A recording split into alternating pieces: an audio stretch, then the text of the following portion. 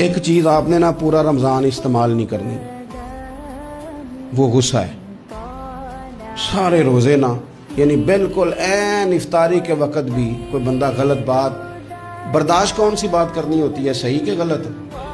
सही को तो बर्दाश्त करने की जरूरत ही नहीं होती, बर्दाश्त करनी गलत बात होती है। उसको सहना है, उसे कहना यार रोजे हैं, रब की रहमत बरस रही है, जा मैंने तुझे अल्लाह की रिजा के लिए माफ किया।